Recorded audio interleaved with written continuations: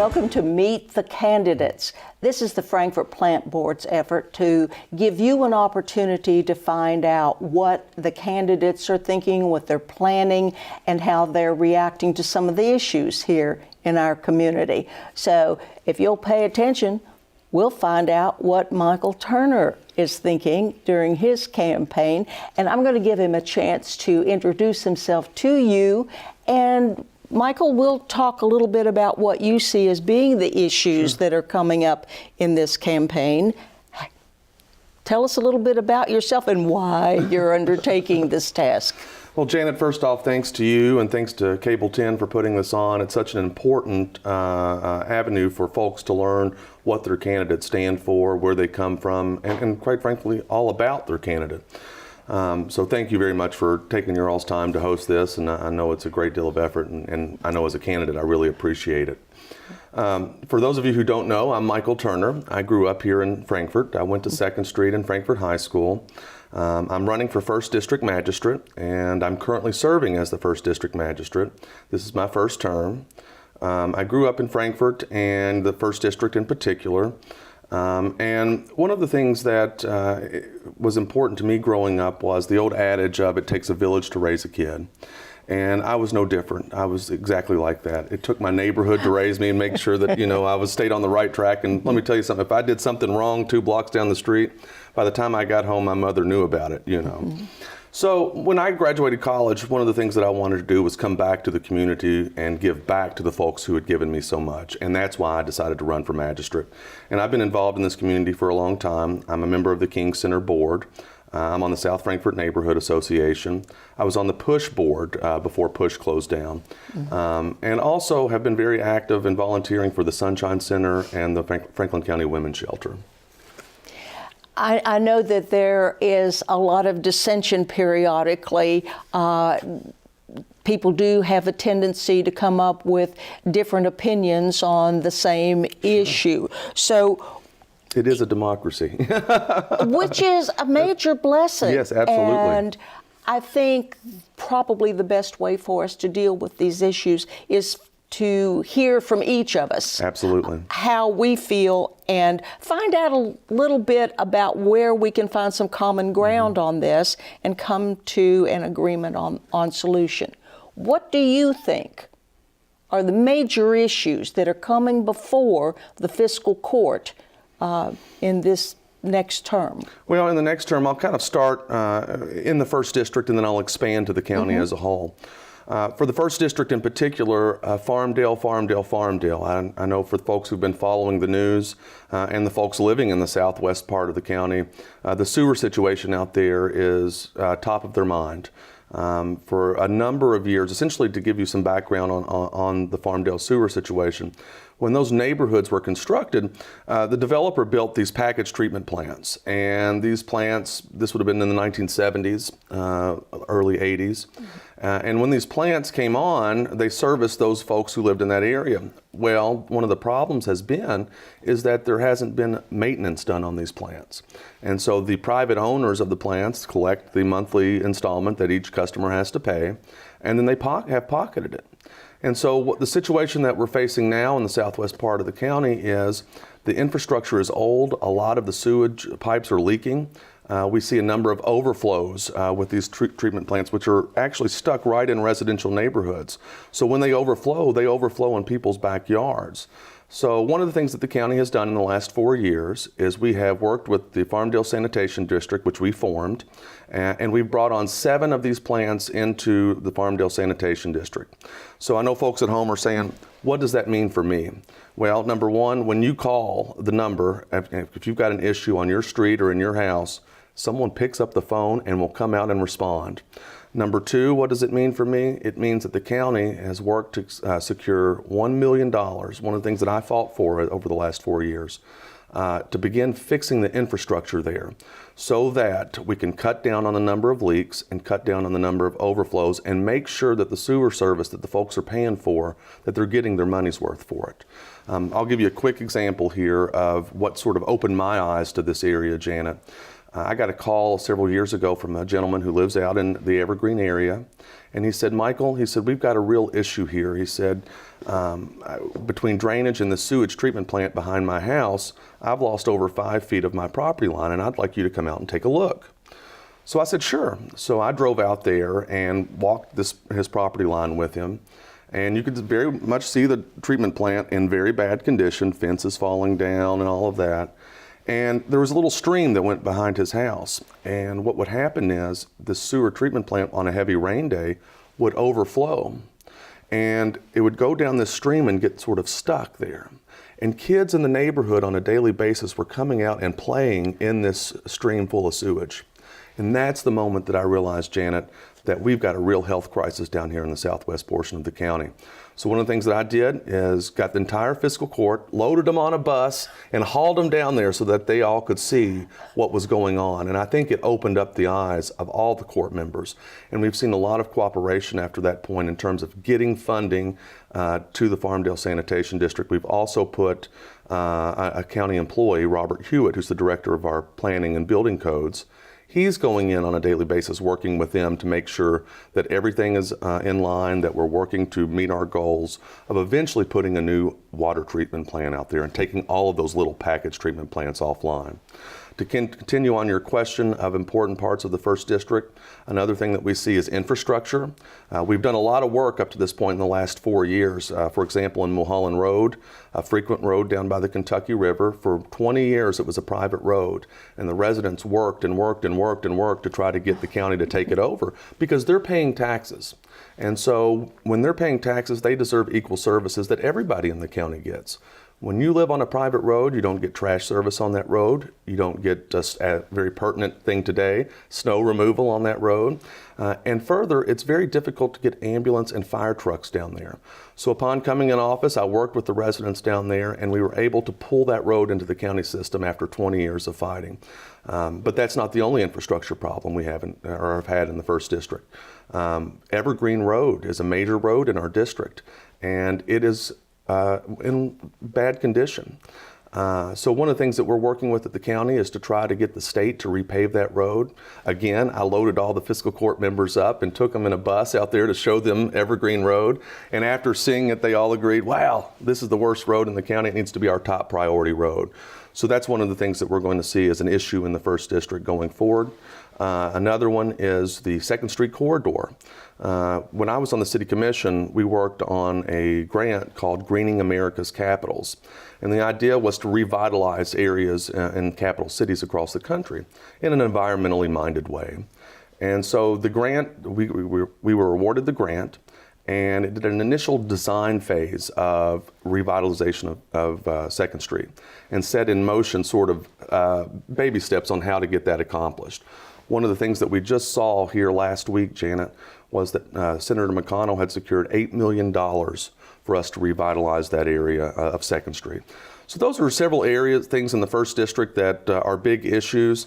Another issue now that we expand sort of on a county-wide level is drainage. Out of all the calls that I get for the last 4 years, and even when I served on the City Commission, the number one issue was drainage. So one of the things that I've decided that we need to do in the county level is, so if you call me, Janet, and you say, Michael, I've got a real issue, my yard's flooded, the culvert's clogged up in front of my house, we need some help. Well, the way the county responds right now is on an as-needed basis. If you call in, we'll send a crew out there to respond. And that has worked to an extent, but it doesn't help us solve the long-term drainage problems in the county. And so one of the areas that I want to look at is creating a drainage and flooding task force, a stormwater task force. We did something very similar a few years ago in dealing with solid waste.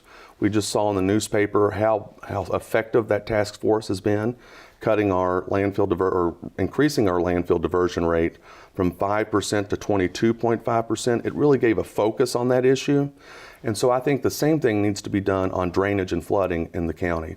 And so this task force would look to prioritize what are the major drainage issues in the county, and then set in motion a process to get those fixed, a checklist every year of this is what we're doing to tackle the drainage issues. Continuing on county-wide issues that we're facing. Obviously, the Capitol Plaza redevelopment is a huge issue going on in this community. And so one of the things that the city and the county has done, and I as magistrate, is we've hired a consultant, and the consultant is going to come in and has already started and is working with folks in the district, holding public meetings and community conversations, and to develop an idea and a plan for what are we going to put down there. You know, I'll be honest with you, I was sad when I heard that the convention center was going to be torn down. I mean, I graduated in there. My sister graduated in that school. And I've seen plenty of basketball games, and I think I even went one time and saw a wrestling event there one time. So there's a lot of great memories there with the convention center. And when we were first told, I think one of the things that has to be expressed to the public here, we were told at 12 o'clock in the afternoon that this was going to be torn down, and there was a press conference at 1 o'clock that day by the state. Up until that point, the convention center had never been included in conversation on the Capitol Plaza redevelopment. So it left local officials scrambling, to be honest with you. But one of the things that we did see was that we were able to come together, get this consultant in place to try to fix this problem so that we don't have, like they had in Lexington, a giant hole in the ground there for 10 years. And one thing I'll point out on, there was an effort to do a court case on the convention center, but one of the things as a magistrate that you have to kind of focus on is what's fiscally responsible. And so when that effort came up, the county attorney and the city solicitor who was at our meeting both said, you don't really have a case here. So it was very disappointing that we really didn't have many options to try to save the convention center. But what we have to do now is look forward and move forward and try to make sure that we don't have that open pit in the ground there. Which emphasizes another major question here, and so many of the different issues relate to that. How do you anticipate finding funding for these issues? Well, one of the funding is going to be a big issue, and one of the items we're going to touch on later is sort of the pension crisis, which has a lot of people on hold. Funding is going to be the biggest issue, and always is the biggest issue when you're dealing with any government projects. One of the things that we have done is secured assistance from the state, or secured that the state would assist us in developing that area and in developing RFPs and so forth, and bringing in developers.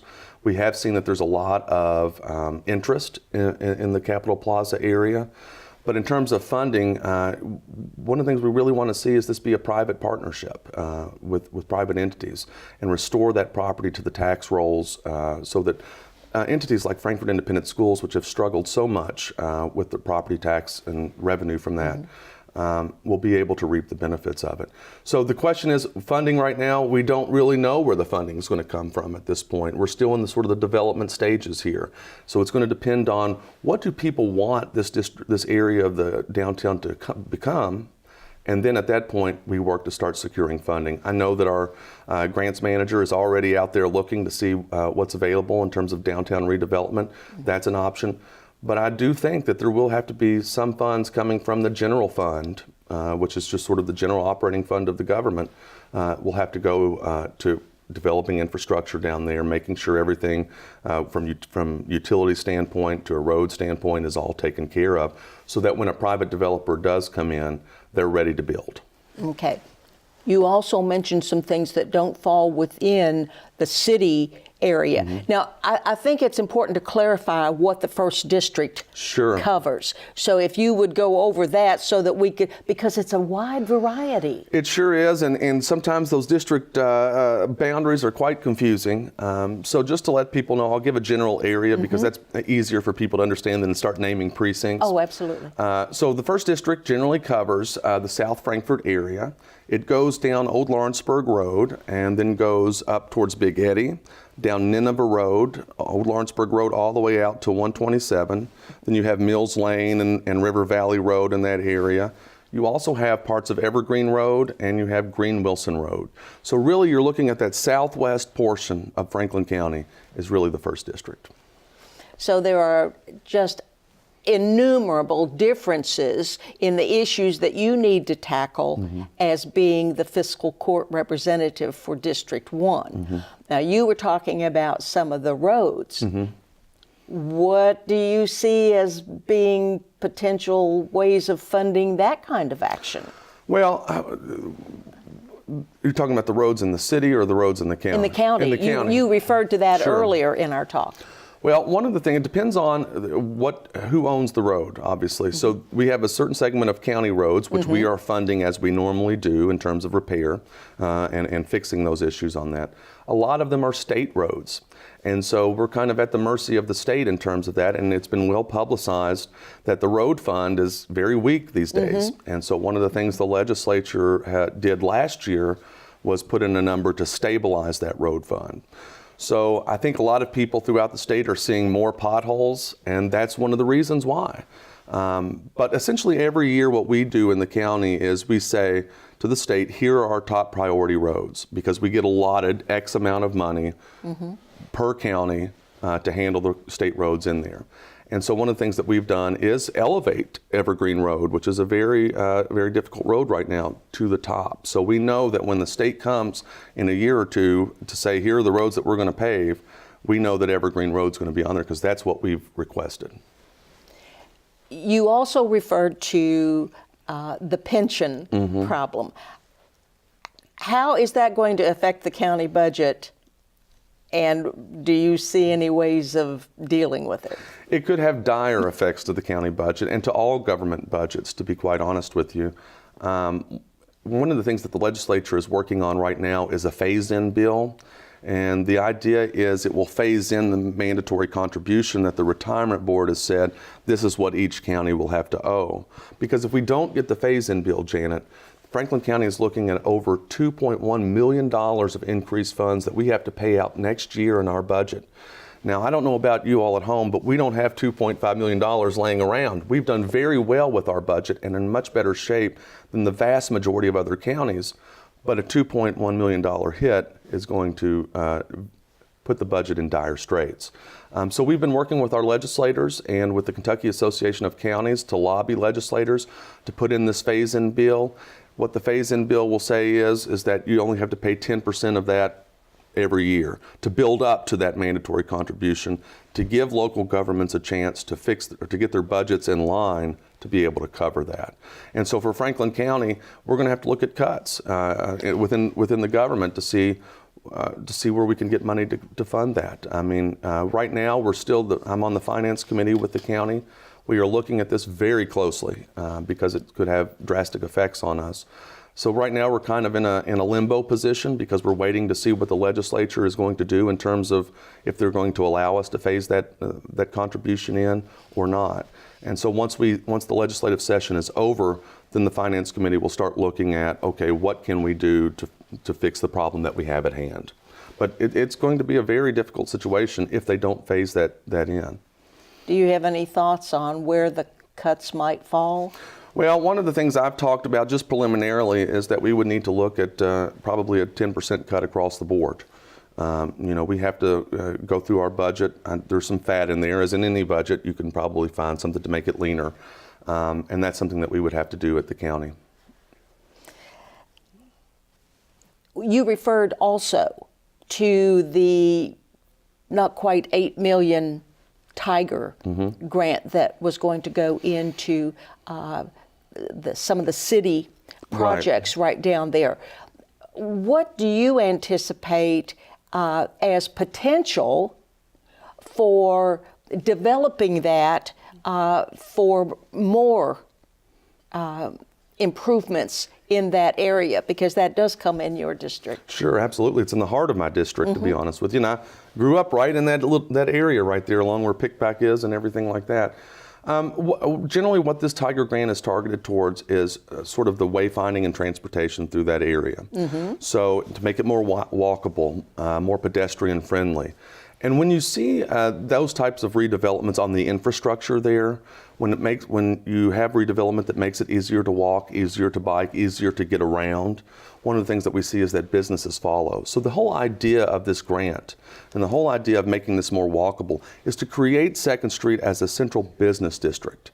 And that's sort of what we're looking for. So we're hoping that once we are able to upgrade this infrastructure on 2nd Street, make it more walkable, make it more bikeable, make it more pedestrian friendly, that businesses will start coming in and investing, seeing that this is a place where something's happening. This is where we can capitalize and make a profit and provide a service for the folks who are living in the area. Now, what about the established areas that are not on 2nd Street? We need to work with them to maintain them, improve them. What do you see happening in that area? Well, as with anything, the idea of synergy always helps. So if you can get 2nd Street to be an anchor of synergy in terms of business development, we see that trickle down to the rest of the surrounding areas. But generally, we have to stay on target. And one of the things, like just what I talked about in terms of long-term planning and comprehensive planning when we were talking about stormwater just a few minutes ago, those type of things have to happen on all of the issues countywide and citywide, so that in 5-10 years, we are executing a plan to get to a certain goal. And that's something that we have not always done particularly well. We have a lot of great plans, but executing those plans has been the problem in the past, both for city and county government. So as we're redeveloping these areas, we have to make sure that we're still doing our jobs in the other areas, have to hope to create some synergy that will trickle down to these areas, and also look at doing some infrastructure improvements in the other neighborhoods that we have in this county as a whole. How do you think we're going to potentially raise funding for that? I mean, if you're going to be developing other areas, which we should do, how do we fund these issues? Well, funding is, as we said earlier, is always the toughest issue. But there are plenty of grants out there. One thing, just like the Tiger grant that we've got, that has helped fund some of this issue.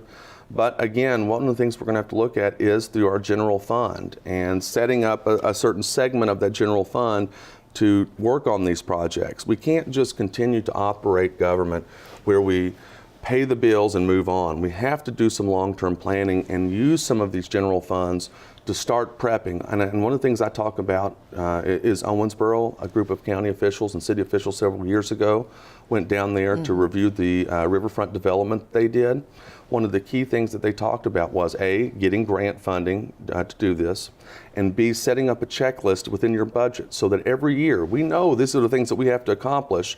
And so when we go into budget, we set aside money for those projects specifically.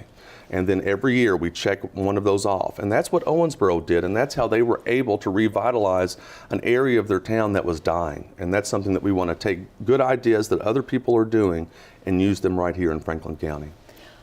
Which leads me to another question. The Frankfort, Kentucky Distilled branding campaign is potentially available for use through the county. Do you see any movement for expanding that for county issues? Well, one of the things that, for example, the county has adopted the Kentucky Distilled logo that has been branded for the community. And we have utilized some of the data that was gathered from that effort. You know, one of the things I will say that I did not support the branding initiative when it came up before the county, and the county didn't fund it either. One of the issues as to why we didn't fund it is because we didn't feel it was a comprehensive study of the community. We thought that it was more geared towards a logo, which has been great. And we did get some data in here. And one of the things that City Visions, which is the consultant that's working on the Capitol Plaza redevelopment, has been able to use some of that data and the logo and everything like that to help inform their calls and what they're doing. So it actually has worked out fairly well in terms of that aspect of it. But we're already using it at the county, Janet. In many ways, we have it on all of our stationery, our logo. We're utilizing the data with our planning department and our planning commission to look at how do we grow from here, what do people want, what are the biggest issues and gaps in this community that we need to overcome and solve. So we're already using that data, and we've already are working with the city and the chamber when it comes to the Kentucky Distilled project. An issue that was suggested to me as a question through here, which I was not familiar with, I'm sorry, is Sunday alcohol sales. Have you heard anything about expanding that? And if so, what is your stance on that? There has been a push for several years to expand Sunday alcohol sales. And one of the things that we've seen is the city and the county have loosened regulations for that, for restaurants and things like they can serve drinks. The big gap right now is for liquor stores or beer or packaged liquor that you would have right now. I've always said that I fully support opening up sales. To me, it's an issue of business fairness. I mean, here we are, we're closing down a business on Sunday that could be making money and providing jobs. So I think that to me, that's sort of the central issue when it comes to Sunday alcohol sales. We want to remind our viewers to watch for the April 26th candidate forum that will be sponsored by the Frankfort Plant Board, and to be sure and join us for the live coverage of the primary on May 22nd from the clerk's office, I presume. And before we are able to get to that position, I'd like for Michael to look right at our viewers and tell them why they should vote for him. Well, once again, thank you so much. I really appreciate the opportunity. And to the viewers at home, I am asking for your vote to be reelected to the office of First District Magistrate. I've grown up here. All of you all are my friends and neighbors. I've known you. I know the issues that you are facing. I've seen them firsthand. And one of the things, we have a good record of accomplishments in the First District with the work on the Farmdale Sewer, with work on Mulholland Road, and the eagerness that we have in aggressively tackling the Capitol Plaza redevelopment. These are all issues that we are focused on. As your magistrate, if reelected, we will work on drainage, we will work on getting Evergreen Road repaved, and we will get the Farmdale sanitation sewers fixed. So I hope that I can have your support. I've enjoyed the last 4 years of serving you, and I hope to continue to be your voice on the fiscal court. And be sure and come back for more Meet the Candidates.